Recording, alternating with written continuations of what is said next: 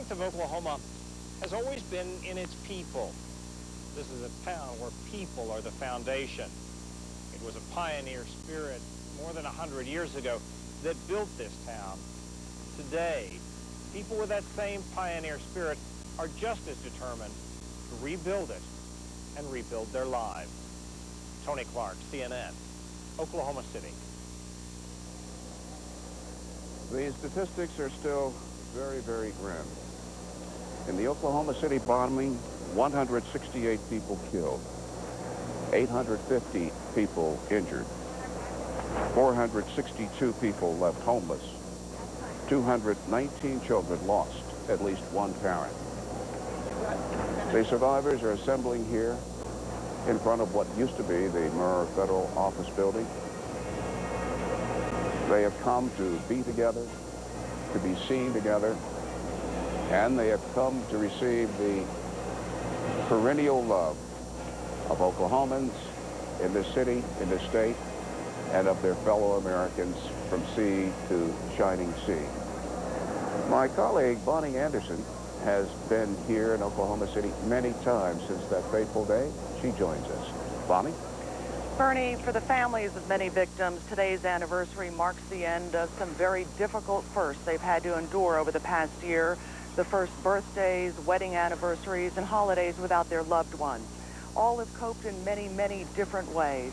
But for one family, the key has been recalling the moments of joy they had with the man they loved most. To Ted and Kay from the Rudy family. The Allens called themselves the Brady Bunch. This is Christmas 1994. Everybody was real pleased with their gift. Two parents merged their families in 1989 and then gave birth to Austin, their sixth child. You asked Dad to do that, didn't you? Easter egg hunt 1995. Holidays were a family affair. How do you focus this thing? But 3 days after Father Ted Allen struggled with his new camcorder to document Easter, the 48-year-old federal employee was killed in the bombing. His wife, Kay, ran to the federal building from her nearby office, but was kept away from the damaged side. She didn't know the extent of the blast until she saw it on television that night. You know, I didn't say anything to anybody.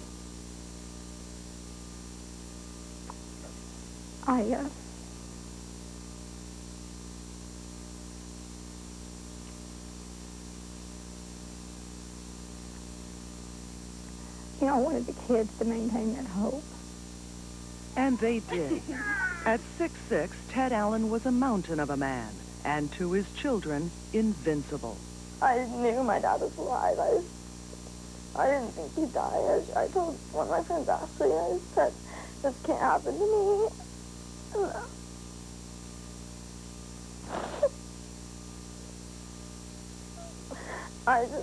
It looks big, but he's so big, I thought he was in there somewhere, like, I don't know. If rocks were on top of him, he'd just get out.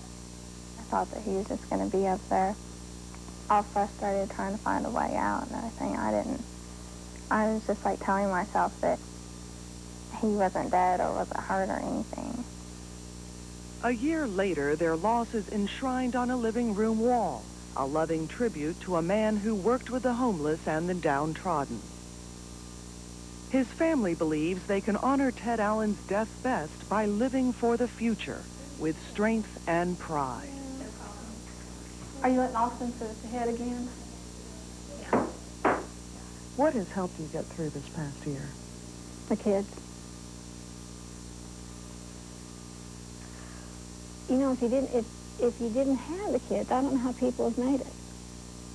They keep you busy, and you have to stay strong for them. What do you think it is? You have to do it. You suck it up and do it. You don't have a choice. The Allens have chosen to keep family traditions alive. The annual Christmas card that featured everyone still does, though differently. Sooner or later, you have to do it. You can't not do Christmas for the rest of your life. So, might as well do it. Jump in their feet first and go for it. Home movies of their father's last winter bring smiles to these faces. You can look back and be melancholy if that's the type of person you are. You can look at what you lost. But I'd rather look at what we had. And we had so much. We're very, very fortunate. Though 5-year-old Austin can recall the good times with joy, his young heart is still saddled with sadness. His kid died. All that stuff. Do you try not to think about it? Uh-huh. That make it easier? Yeah. Yeah.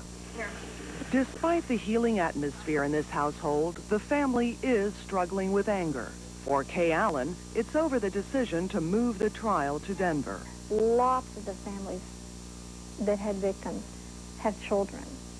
And the trial is going to take months. What do? Can't leave your kids. Her kids are angry at the accused bombers. I want to see Timothy McVeigh get convicted of it or whatever.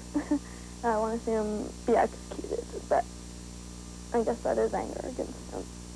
I want to see him get executed, I think. But I don't know. I'm not angry enough where I just have all this anger inside of me, and I don't act angry. Sometimes I feel angry. You do? Who do you get mad at? Both of them.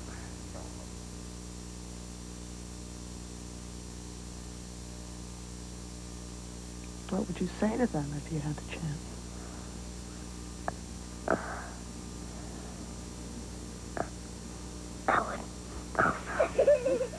What this family does know is that Ted Allen gave them a firm foundation of love and strength, a foundation they're confident will see them through.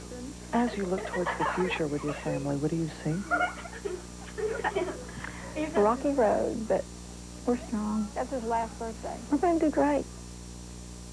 Among the many survivors and victim families we've spent time with over the past year is a remarkable woman with a remarkable story. A year ago, 20-year-old Dana Bradley Bruce was in the Social Security office with her mother, and her 2 children who died in the blast. Dana herself was pinned under rubble, and doctors had to amputate her leg to free her. Since then, Dana Bradley Bruce has married her longtime sweetheart, and good news to report today. Yesterday, she gave birth to an 8-pound, 7-ounce baby boy. So in a week of tragic remembrances, a happy occasion. Bernie? Indeed. New life here. The Red Lion Pipe Band is atop a concrete wall, the back end of what used to be the Alfred P. Murrah Federal Office Building, and they have been performing as the family members, the survivors, continue to walk down the streets here that are cordoned off and to take their seats. CNN's live coverage of the memorial services from Oklahoma City will continue in a moment. Remember the trust of the children. Darkness will not have its day. Take hold of my hands, and we'll both understand that the children will show you the way. I am the voice of the children.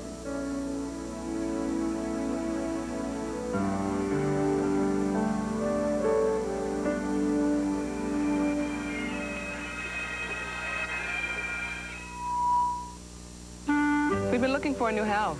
These are pretty. Great big tubs of green.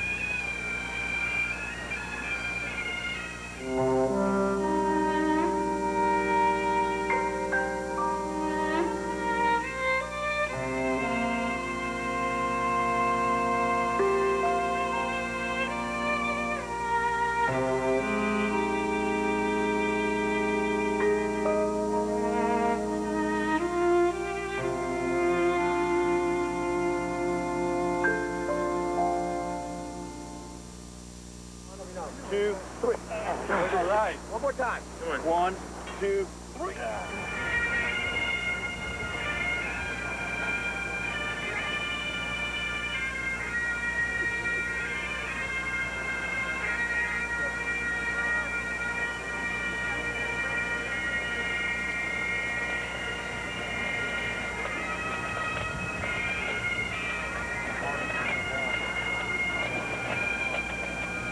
The Red Lion Pipe Band performing on this sunny morning here in Oklahoma City as our live coverage of 2 memorial services continues.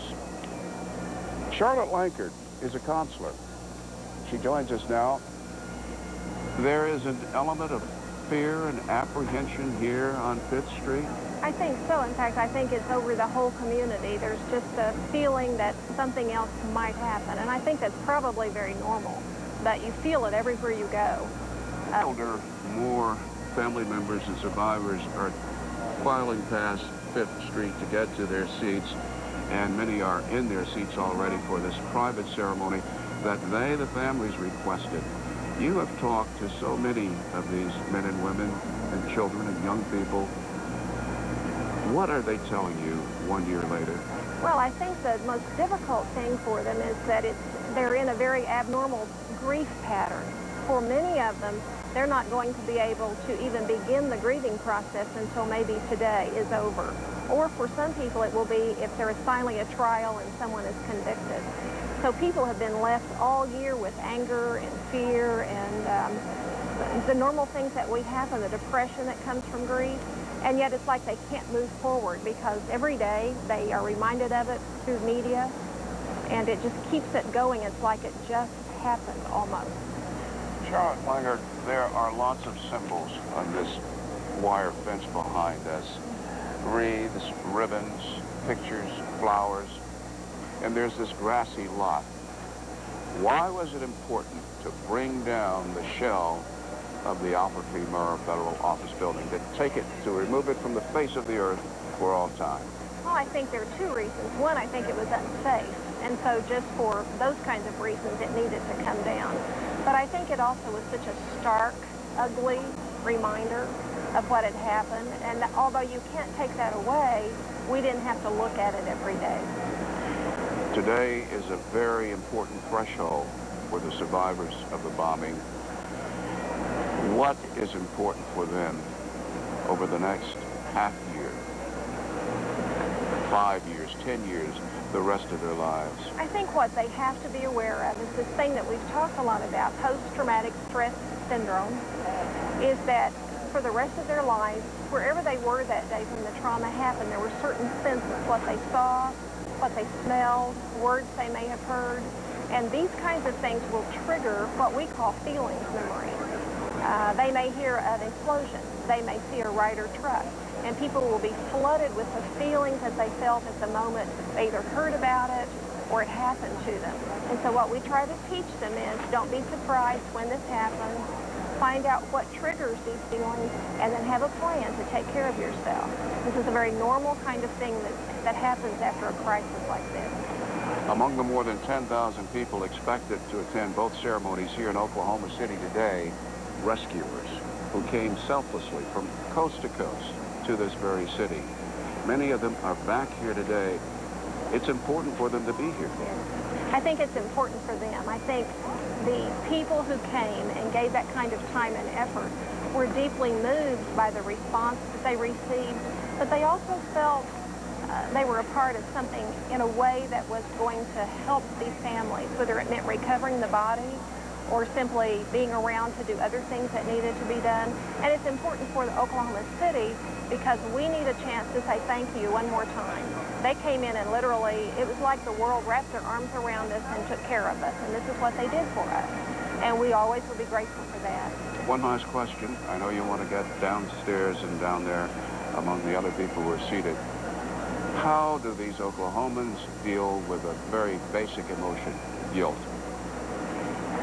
I think guilt is dealt with like anything else that is a strong feeling. I think when we feel guilty, we feel a sense that I made a mistake, I did something wrong. And I think what we have to understand is that whatever happened, we had nothing to do with it. And it's odd to me that the very fact that these people can make a statement even is what our democracy is all about. But when they went further than just making a statement and tried to destroy people, then it began to feel like murder, and we felt like surely we should have done something to prevent this. And yet it's one of those things that I don't think you can. Thank you so much for your gracious time. Thank you, Bernie. Quite welcome. We will pause for a local cable break. When we return, more live coverage of this first of two memorial services here on this day, 1 year later, in Oklahoma City.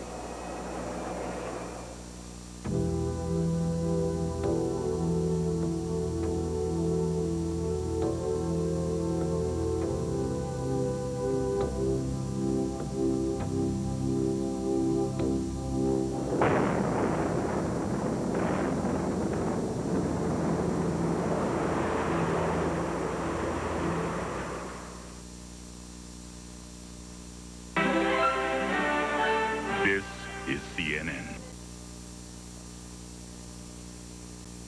Exactly what I was seeing. All kinds of things go through your mind, but mostly, are there people in there that actually survived this blast? It's all the little stuff hanging off the side we got to be heads up on, okay? The little stuff's going to get us. The big slab is secure. Not a problem. That building was loud.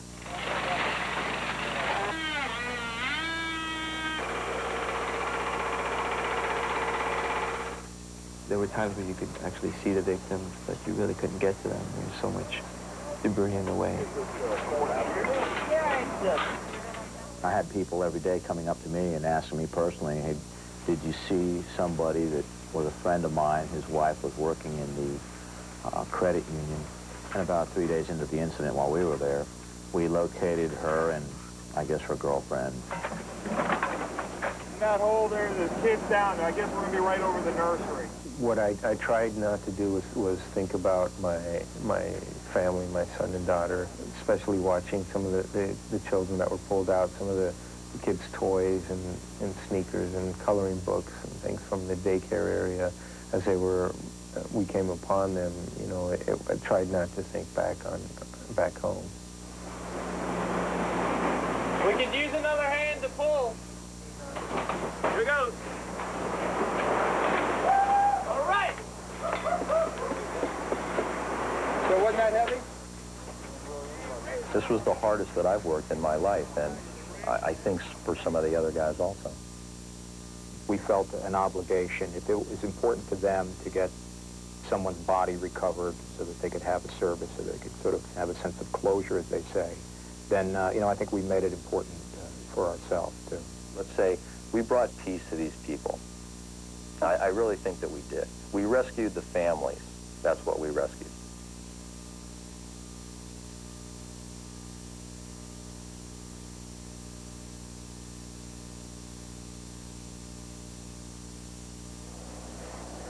The rescuers then, and now the rescuers 1 year later. Here again, Bonnie Anderson. Bernie, 62 members of the Metro-Dade Fire Rescue Team responded a year ago. 62 men and women, that is, and 3 dogs. Today, half have returned to spend today with the people of Oklahoma City. They've come back on their own time and at their own expense to be here. Among them, Bill Glass, Bill Lyons, and Skip Fernandez, and of course, Aspen.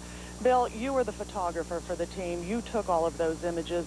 Of all of the images, which are the ones that stay with you the most? Well, believe it or not, basically all of them. This is probably the first time that I tried to look away from the viewfinder and see what I was seeing. You know, and I've been doing this for quite a long time, and you have an emotion there. This is a sense that shouldn't have happened. And when you see this, and I had to look at it at myself, and to look at it through the viewfinder is a different perspective.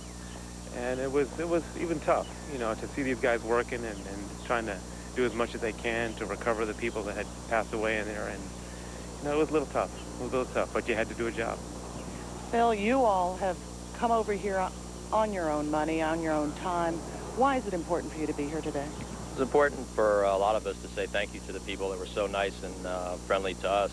I wanted to thank the children that made the badges like this, the iron workers, the crane operators, the police officers that guarded, all of the agencies, even some of the reporters we got pretty close to, and this is our opportunity to say thanks and see Oklahoma in a little bit different light, a lot friendlier situation than we had the last time, a lot less stress-free. For you, does it also help with closure?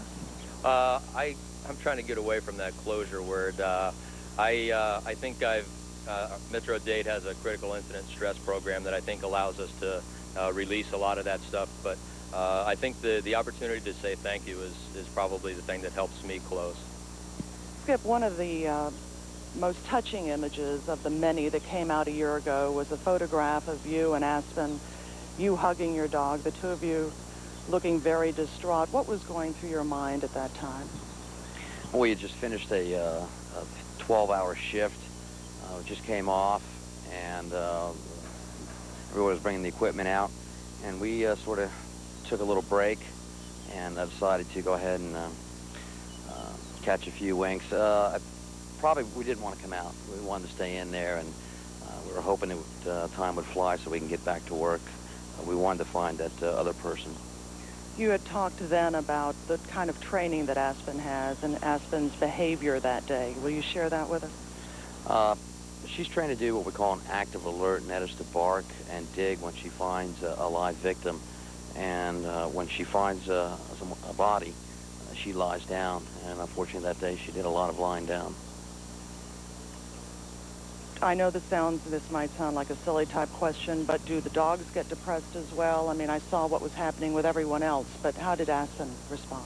She responded to me. If I was depressed, she became depressed. If I was excited, she became excited. So she mimicked my behavior. How important is it for you and for Aspen to be back here today? For me, it's, again, to come here in a better light and say thank you to everyone, and for Aspen just to be here with me. I think it's sending a message to others that Oklahoma is strong and our nation is strong, and they didn't meet their objectives. Well, thank you, all three of you, for joining us this morning. It's also very clear that the city of Oklahoma thanks you for your work a year ago. Bernie, back to you. Thank you, Bonnie. And CNN's live coverage from Oklahoma City 1 year later will continue in a moment.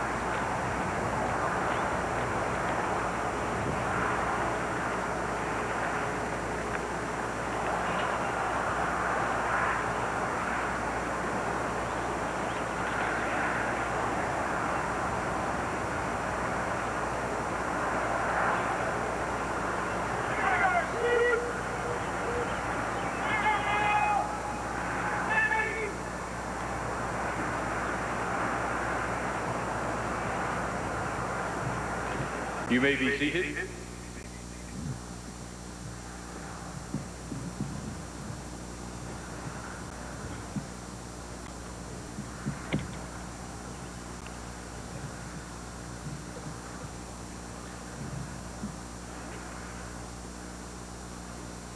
Ladies and gentlemen, boys and girls, a year has passed since the traumatic shattering of so many lives. It has been a long year, a difficult year. We saw the face of evil,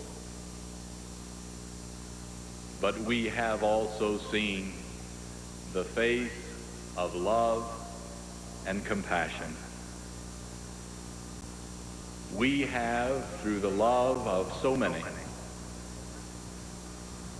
the sense of God's energy at work in and through you. We have glimpsed the dawn, even in our city's darkest hour. The three gentlemen standing with me represent the three congregations most damaged by the blast. All of these churches are rebuilding, and for that, we are deeply grateful.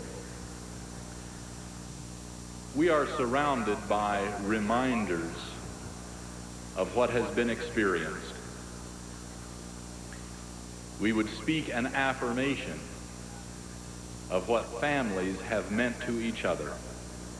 Families who have experienced the death of dearly loved ones. We would affirm the survivors, many of whom are still experiencing the wounds of their shock. You have been good for one another.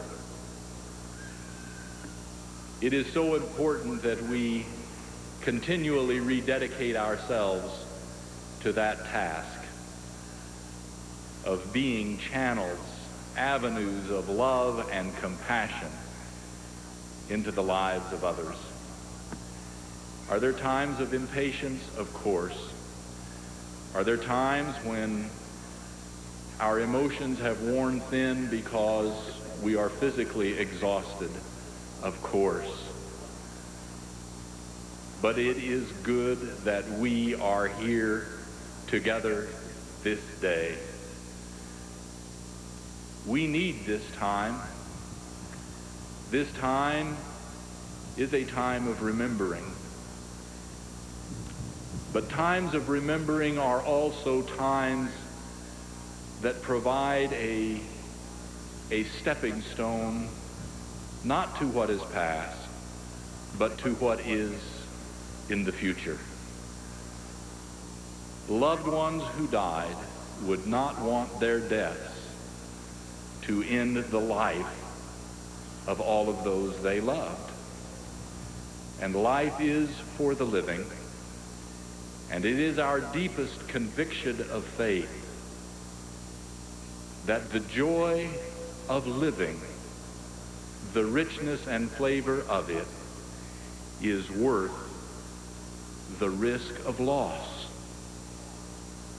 We must hold on to that and keep living with a deep sense of commitment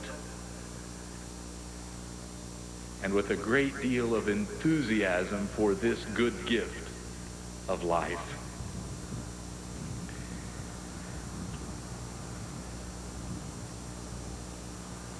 Following the prayer, we are going to have 168 seconds of silence, honoring those loved ones who died. And that 168 seconds of silence will end with a flyover of F-14s. I've been asked to prepare you. It will be loud. Try not to be startled. Don't let it dismay you. It is intended as a statement, a symbol of our nation's honoring your loved ones, of our state honoring your loved ones, of our community saying yes to life.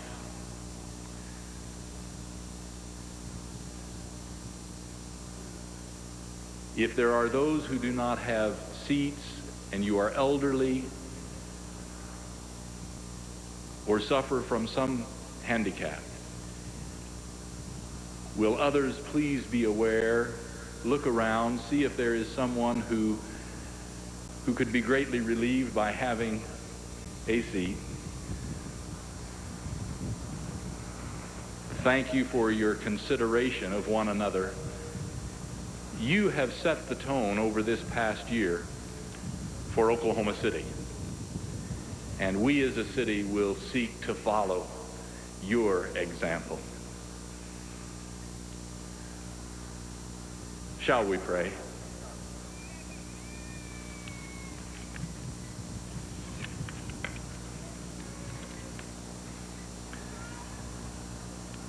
Gracious God, source of life and light, we know that you are with us in all the arenas of our living, that you rejoice with those who rejoice and weep with those who weep. We believe that your heart was the first to break when that awful explosion occurred here just 1 year ago. We come now to this place on this day to remember those who were killed, those who survived, and those changed forever. We remember the evil horror that tore our loved ones from us, the absolutely traumatic moment of devastation that seared our souls. We remember the pain of our loss, anger, frustration, numbness, denial, guilt, depression. And we remember those who are still living with injuries, some not yet able to work, those still physically and emotionally wounded. But our God, we also remember the heroic people who saved and tried to save life. We remember people in our community and around the world who enfolded us in their love and concern. And so now, in this moment, we hold in memory our special loved ones who, though physically gone from us, yet we feel and remember their presence, and we rejoice in the lives we shared. For we have been enabled by your love to come this day in confidence and in community to share the strength of our faith, remembering that we can be restored to wholeness, that evil can be overcome by good, that our faith can rekindle within us a sense of glad tomorrows.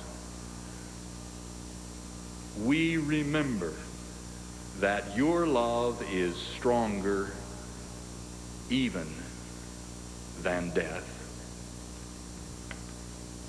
Lord, God of hosts, be with us yet, lest we forget, lest we forget. Amen.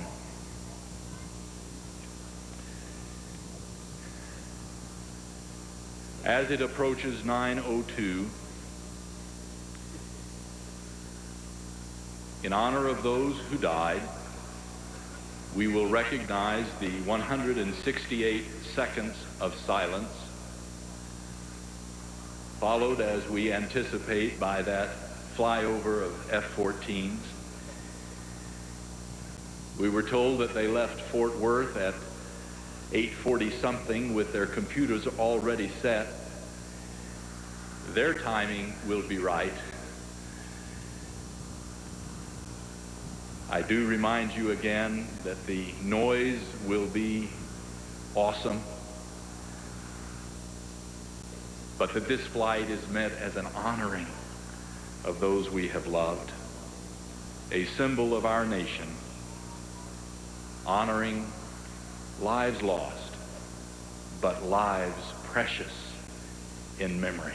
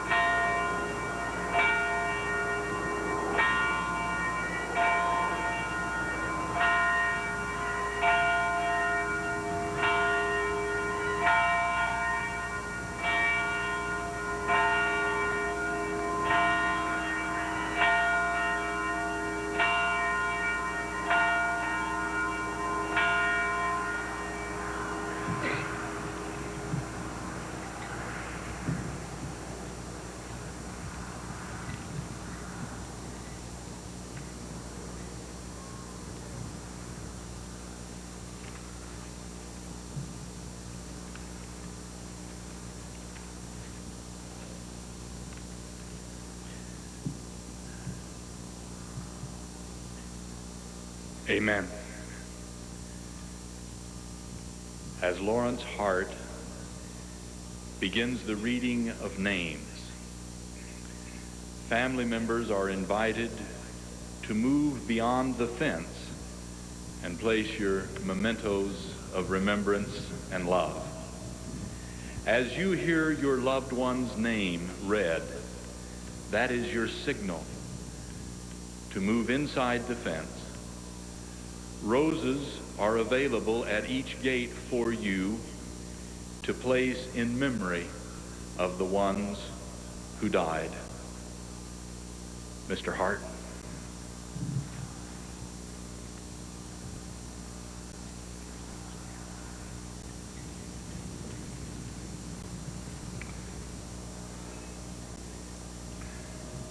Lucio Ailman, Jr.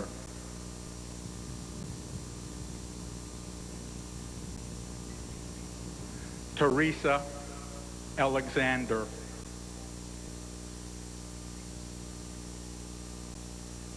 Richard A. Ellen.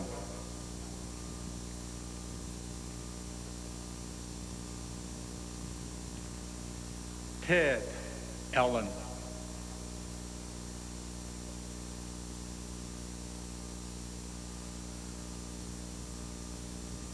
Bailey Almond.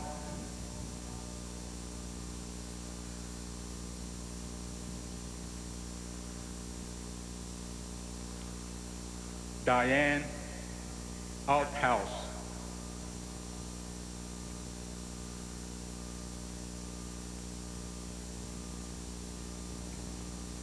Rebecca Anderson.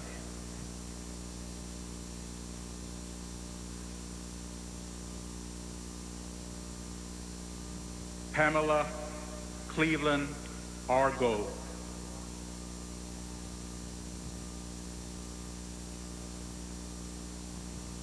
Sandy Avery.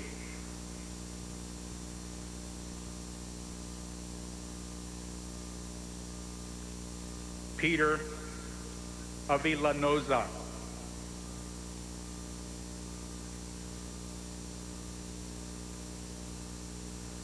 Calvin Battle.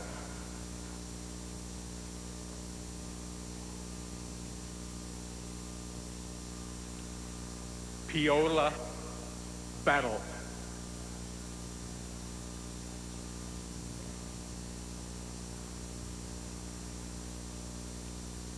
Donnell Bell.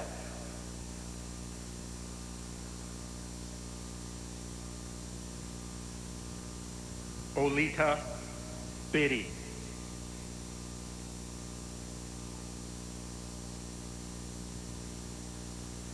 Shelley Bland.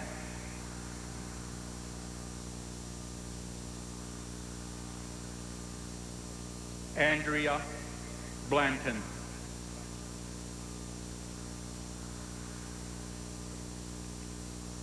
Olin Bloomer.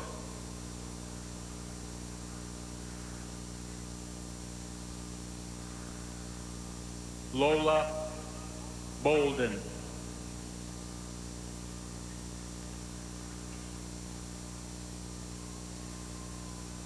James Bowles.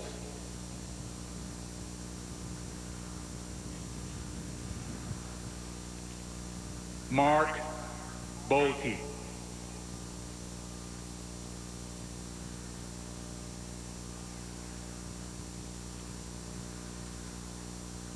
Cassandra Booker.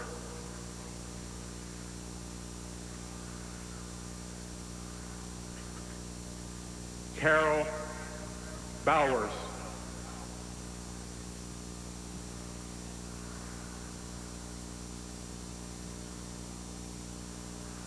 Peachland Bradley.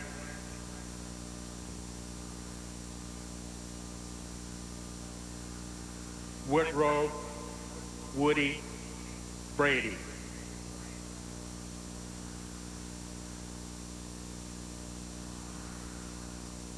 Cindy Brown.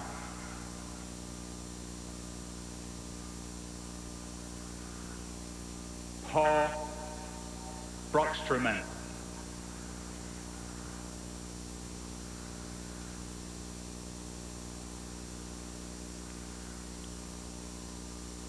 Gabriel Bruce.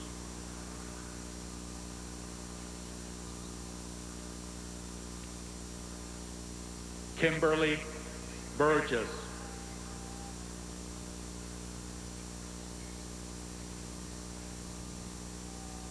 David Burkett.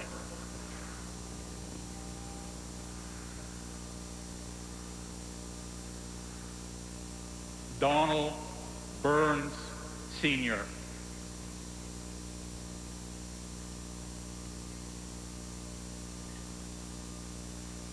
Karen Gis Carr.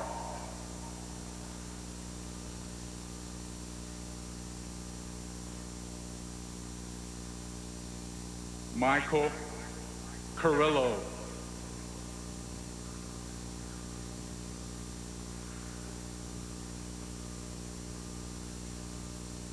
Rona Chappie.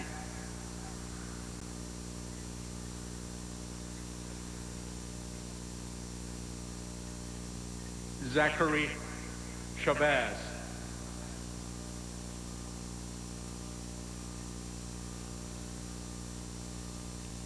Sharon Chestnut.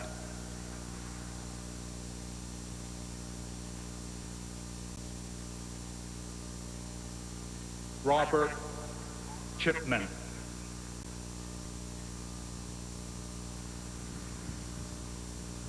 Kimberly Clark.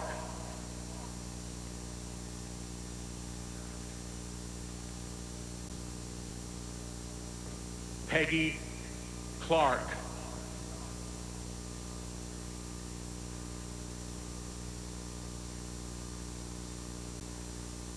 Antonio Cooper Jr.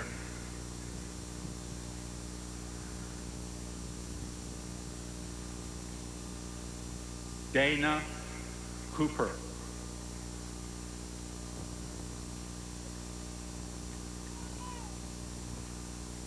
Anthony Christopher Cooper II.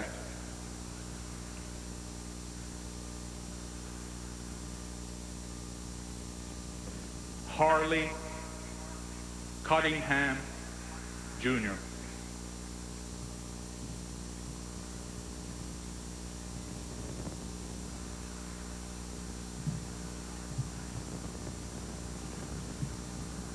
Kim Cousins.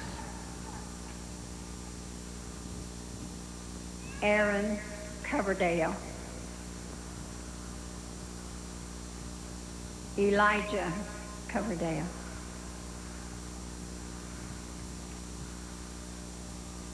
Jackie Ray Coyne.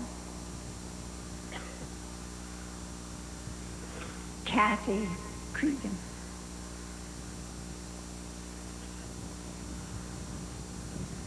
Richard Cummins. Stephen Curry.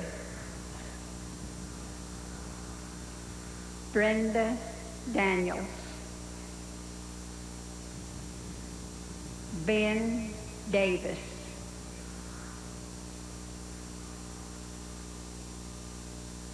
Diana Day.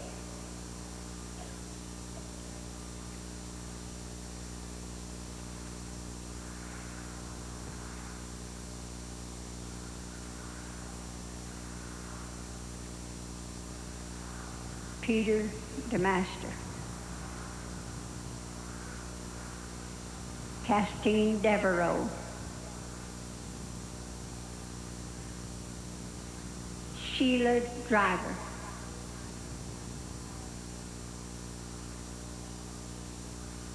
Tyler Eves. Ashley Eccles.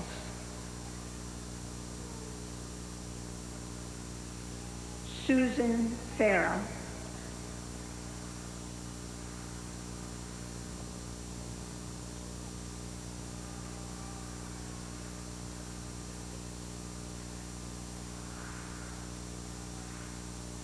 Cheryl Fields.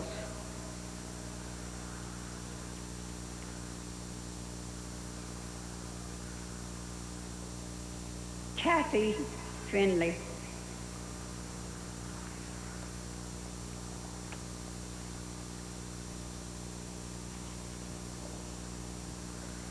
Judy Fisher.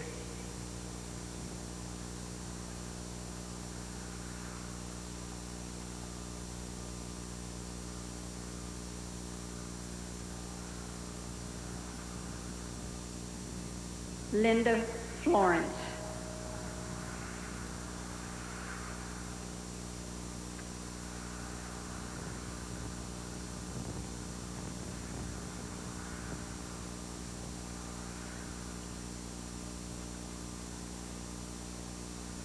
Don Fritzler.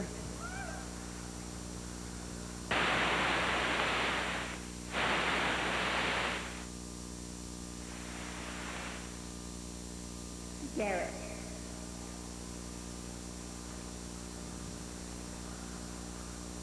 Laura Garrison.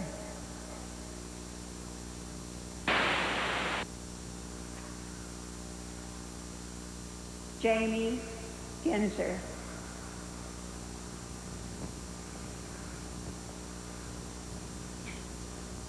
Margaret Goodson.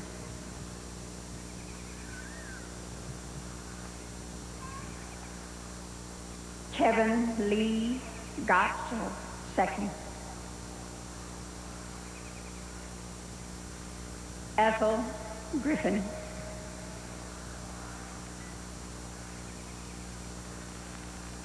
Colleen Giles.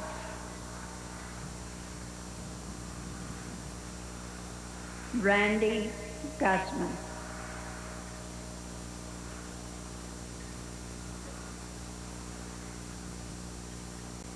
Cheryl Hammonds.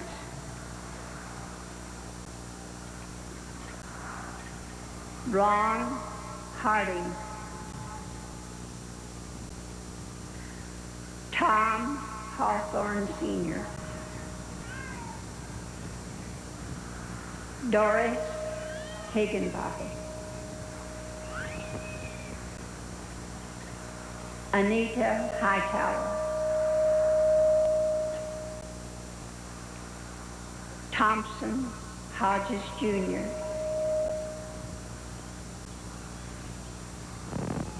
Peggy Holland.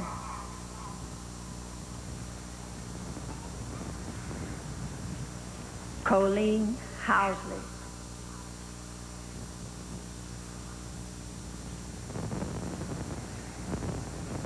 George Howard. Wanda Howell. Robin Huck. Charles Hurlbert.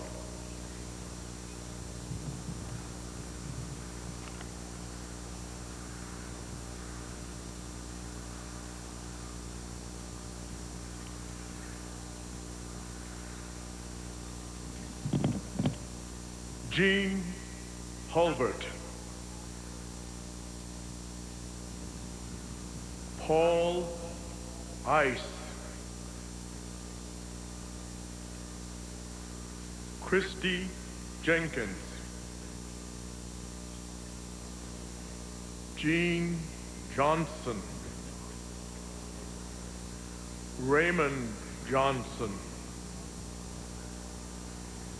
Larry Jones. Alvin Justice. Blake Kennedy. Carol Khalil. Valerie Jo Kelch. Anne Kramerborg. Teresa Lauderdale. Kathy Lyman.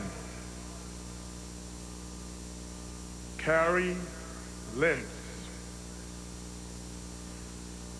Don Leonard, Lakeisha Levy, Dominic London, Rita Long, Michael Laudenschlager, Bobby Luster, Donna Luster, Mickey Maroney, James Martin, Reverend Gilberto Martinez, Jim McCarthy, Kenneth McCullough, Betsy Beebe McGonnell, Linda McKinney, Courtney Coke McCraven, Clyde Medeiros, Claudette Meek,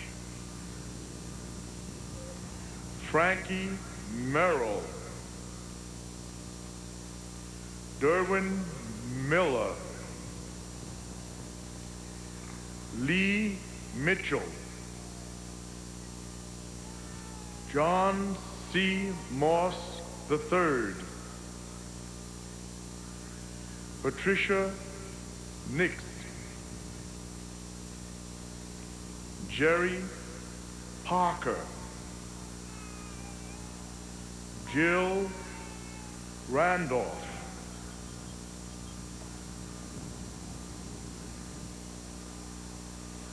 Michelle Reeder, Terry Rees, Mary Renty,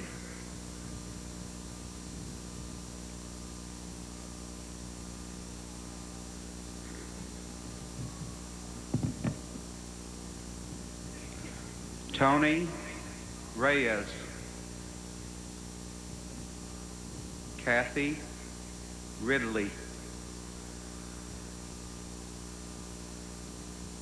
Trudy Rigney, Claudine Ritter, Christy Rosas,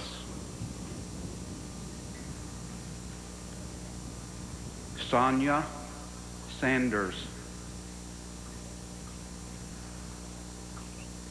Lanny Scroggins,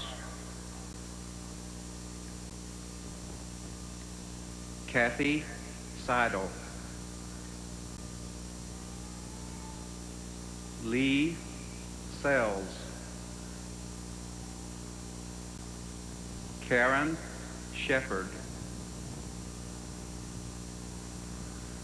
Chase Smith, Colton Smith, Vicky Son, John Stewart, D. Stratton, Emilio Tapia,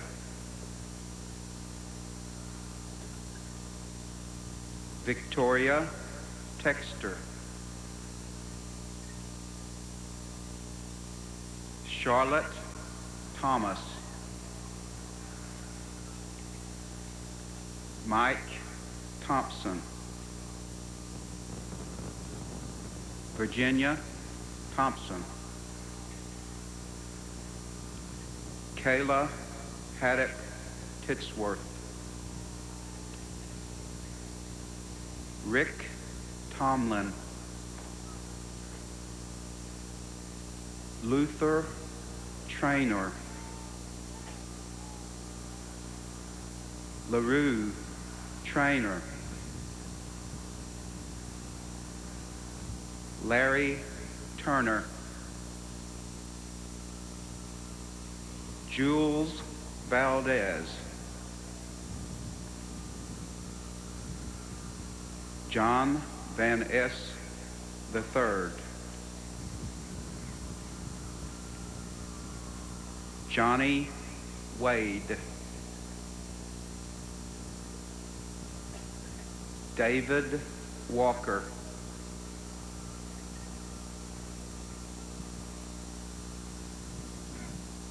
Bob Walker Jr.,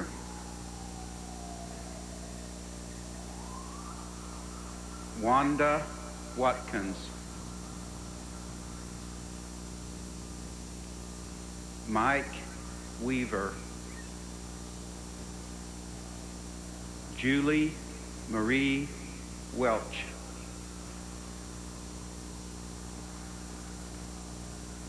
Robert Westbury,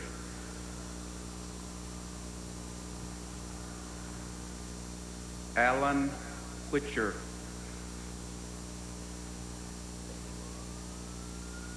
Joanne Wittenberg,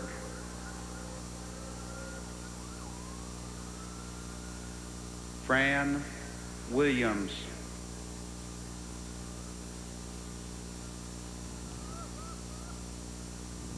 Scott Williams,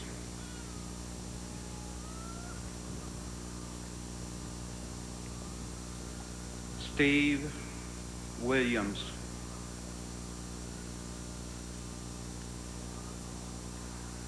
Clarence Wilson Sr.,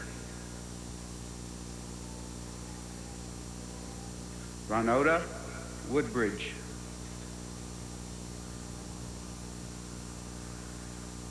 John Youngblood.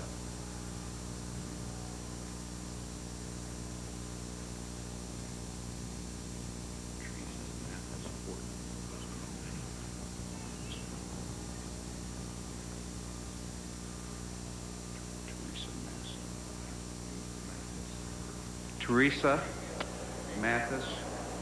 As the reading of the names of the 168 victims comes to a close, these family members will make one more expression of love here at this site of the former federal office building. They will place wreaths on this grassy lot, and very solemnly, very slowly, they will walk in a procession to the Myriad Convention Center for the public memorial, at which there will be remarks by various officials along with music.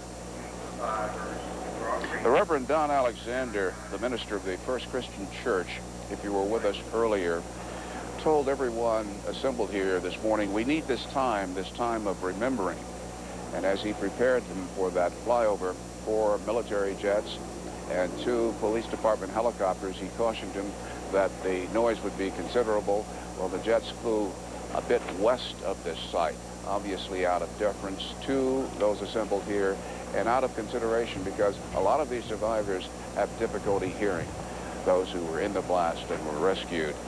And in preparing them, he said this flyover is a symbol of our nation's honoring your loved ones. It's a symbol of our state honoring your loved ones. It's a symbol of our community honoring your loved ones. And he said, the joy of living, the richness and flavor of it is worth the risk of loss. Bonnie Anderson, you have spent considerable time with many of these family members. And we heard earlier from a counselor that this morning, this first of 2 services is very important for them. Bernie, all the families have told me that they will be glad when this day is over, that it will mark the end of a number of firsts that they've had to cope with over the past year, the first wedding anniversaries without their loved ones, the first birthdays, the first Christmas and other holidays. They are happy to be joined by rescue workers from around the country and by people in this city and this country who are helping them commemorate their losses. And they are saying they are looking forward now to even increased healing. And as we've reported this morning, Out of this assemblage today, there's the very happy, the very heartwarming story of another life, a newborn yesterday. That's right. Dana Bradley Bruce and her husband, Gabe Bruce, gave birth yesterday to an 8-pound, 7-ounce boy. Dana is the woman who lost her mother and 2 children in the bombing. She also was pinned in the rubble and had to have her leg amputated. Doctors could not even give her any type of anesthesia because they feared it might kill her. It has been a tough road to recovery for her. She told me just a short while ago that she is still haunted by memories of the blast, that she is still having nightmares, that she is still coping with a tremendous amount of guilt, even though she is told nothing was her fault, that she too is a victim. She is still dealing with guilt about having gone down to the Social Security office that particular day.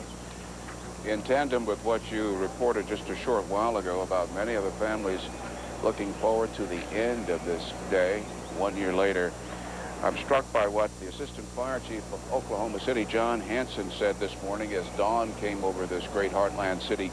He said of the people here in Oklahoma City and in this state, we're at a crossroads now. We must decide, are we going to be victims or survivors? He said that a few hours ago. And one gets the sense, Bonnie, that you look into the faces of these family members and their friends, I've seen glints of determination this morning. Have you seen that? Absolutely. I am forever going to be amazed at the resiliency of these people and how they've been able to come back from such tragedy. The strength and the courage to continue on for those who have lost loved ones, but for anyone in this city, because it was a personal loss for them all. The stories, the comments I've heard from them all, just a few moments ago during the moment of silence, close by, about 50 yards from me, is the IRS office, and they released a number of balloons commemorating the victims. All the employees came out very determined to take part in today's celebration. They were silent during the moments of silence, but on their face was indeed determination to continue on, to go back to work, and to try to put as much of this behind them as they can. And there's still several thousand Oklahomans who do not have jobs. When that bomb went off a year ago today, it caused more than $500 million in damage in the downtown area. Out of range of your view here, the downtown area remains in a state of shambles virtually.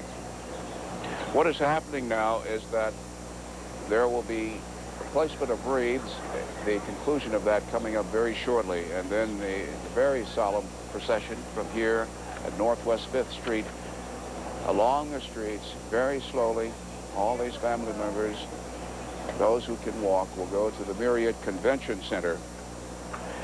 This procession is going to be led by the Red Lion Pipe Band. You heard them a short while ago. We'll be hearing them again.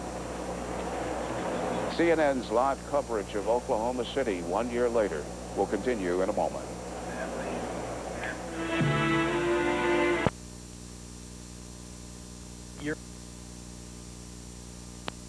A wreath was laid in honor of the victims.